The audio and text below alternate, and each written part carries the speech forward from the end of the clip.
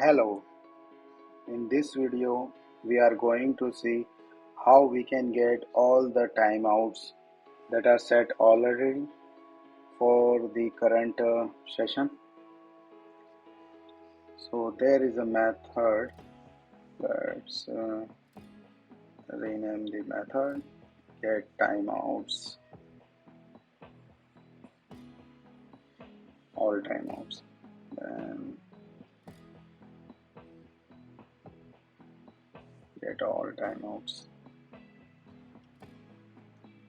Here we will open the URL and call get.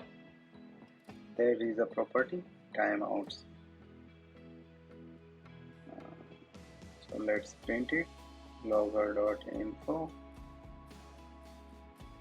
all timeouts is equal to all timeouts. Let's run the test.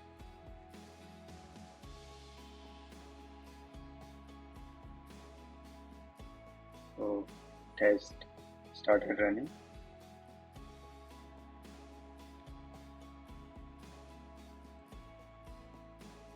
Browser instance created, opening the URL and getting all the timeouts. Let's open the report and here we can see the timeouts. Okay, so it returns timeouts object, so we have to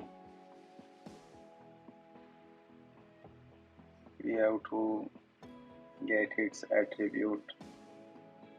So it returns timeouts object and we have to use timeouts dot page load timeout. This will result page load timeout, page load timeout.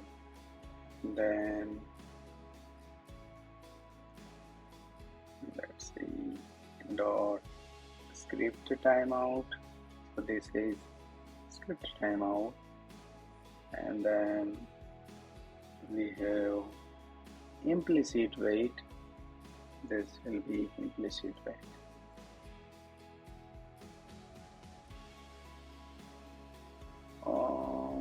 I think it is okay. There are only 3, so that's it.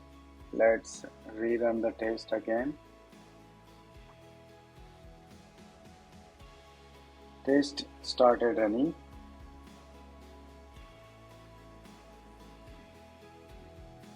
Browser instance launched, opening URL and getting all the timeouts. Let's open the report and we can see here page timeout, script timeout and implicit timeout. Thank you.